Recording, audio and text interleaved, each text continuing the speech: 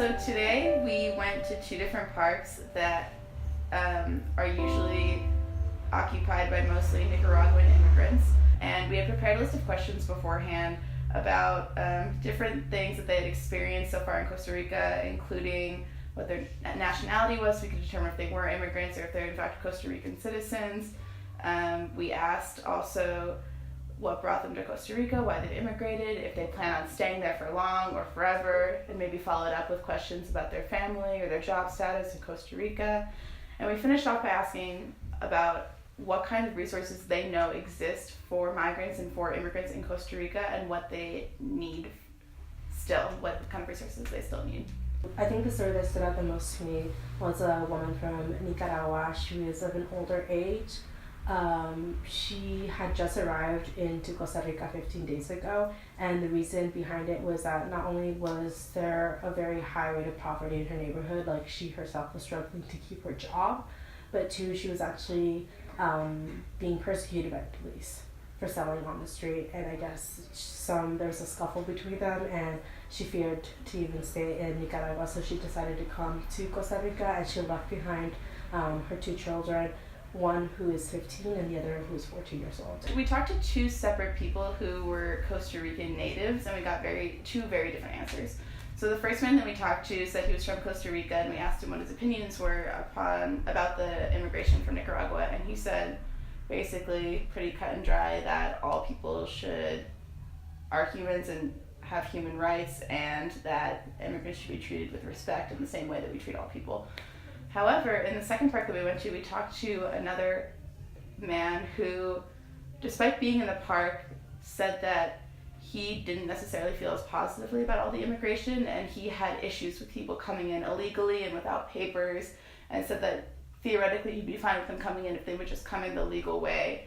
And he did express a lot of anti-Nicaraguan sentiments, and it was interesting to hear in a place surrounded by Nicaraguan people.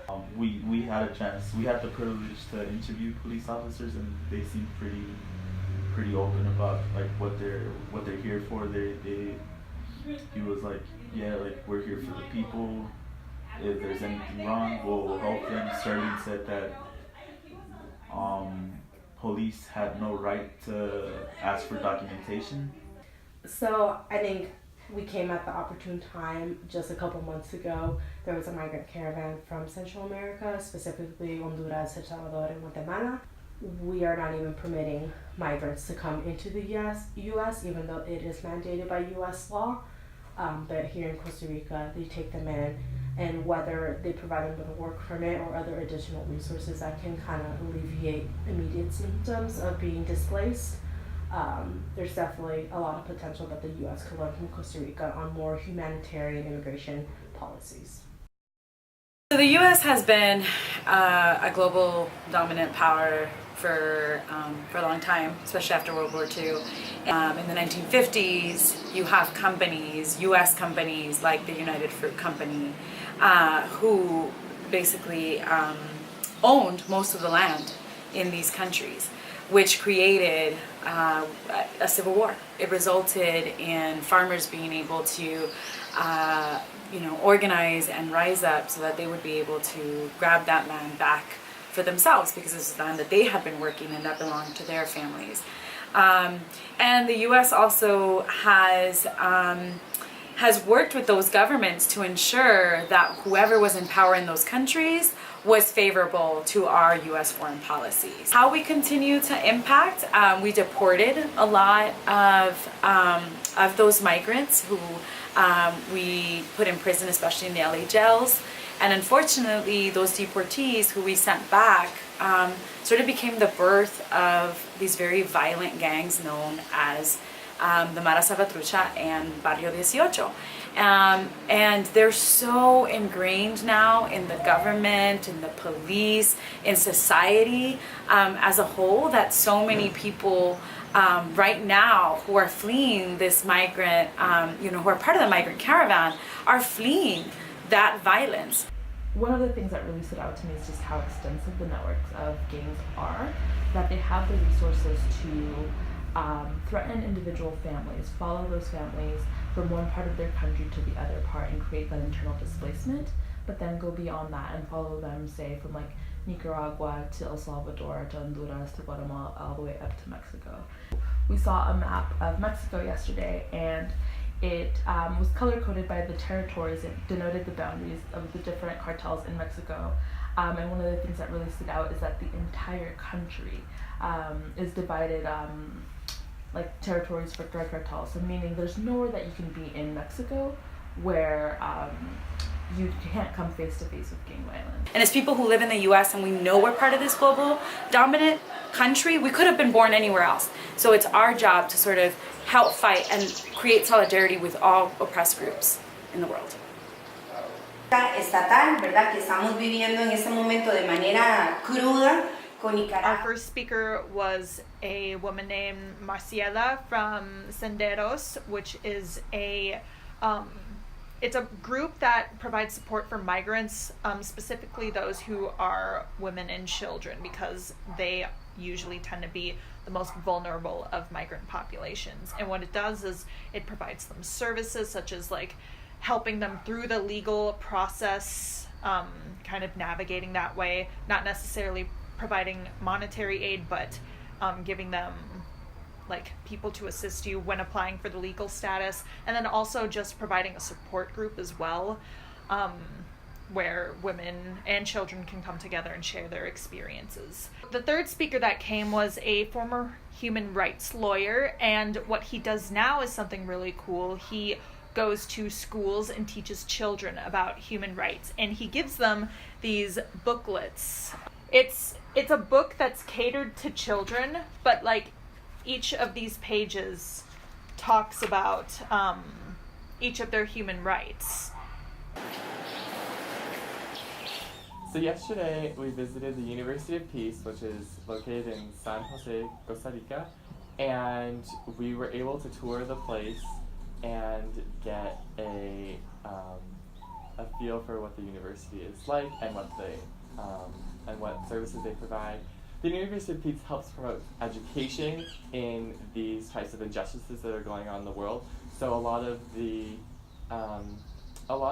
solutions that we have started to develop around what are the solutions to these root causes or these like huge migration flows is a lot of education on these issues, because it seems that not a lot of people, whether it's the United States or in other parts of the world, aren't necessarily educated on the reasons or the severity of why these people are fleeing their country. And so this promotes a space where people can learn those ideas and also learn how to create solutions in different fields of study to help combat these injustices. Were we thinking about that? Yeah. I think part of the service component that we're doing here and enacting in solidarity with Reto Juvenil is we are creating a brochure that we are going to give to migrants, and in the brochure it's going to have resources that they can use when undergoing the legal process, trying to navigate that, trying to see what their rights are.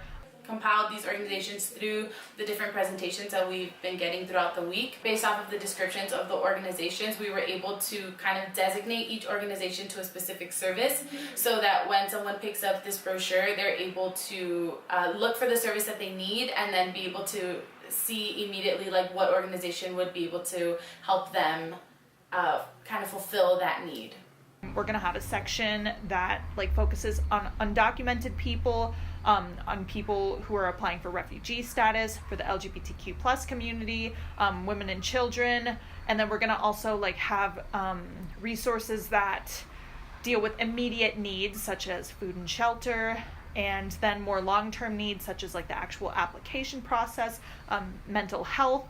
But we are going to emphasize in the brochure that if an undocumented person needs help and they need to go to the police, they will not be deported. That is very important so that their safety is guaranteed. Certain amount that is. We did a simulation yesterday, and the simulation was about we were playing the role of essentially the Costa Rican government. So there was the left side of the Costa Rican government and kind of like the right side of the Costa Rican government. And so the question of interest was essentially, there's 20,000 Nicaraguan immigrants at the border, and either you have to let all of them in or none of them in. And if you were to let all of them in, then you would lose a total of $5 billion over 5 years. But then if you were to let none of them in, then you would have 15 years of sanctions being placed on the country, which would affect the economy. But also, if you're not let them in, that would affect your country's stance or like reputation towards immigrants coming to your country. Once the arguments were made, the Costa Rican government made the decision to not let in the 20,000 immigrants, which went against essentially like all of the students or the participants' like personal beliefs. And everyone seemed pretty shocked by it. And I feel like when initially given this situation or the simulation, it was like, okay, so you have like the morality of it, and then you have the, is it economically vital part, right? I feel like the purpose was to show how extreme the other side might see it, right? Like one's about money, the other one's about like what's the right humane thing to do. It's very hard to make a decision that's going to affect other people's lives, because you have to protect obviously your own citizens' rights, such as like their rights to like the resources within their country and things like that, but you're also trying to protect the human rights of the people trying to come into your country, because they're facing persecution or some sort of violence or anything like that with the country that they are coming from. So it's very tough to take into account everyone's rights and try to make sure that there's like one thing that can like provide a positive answer to it all.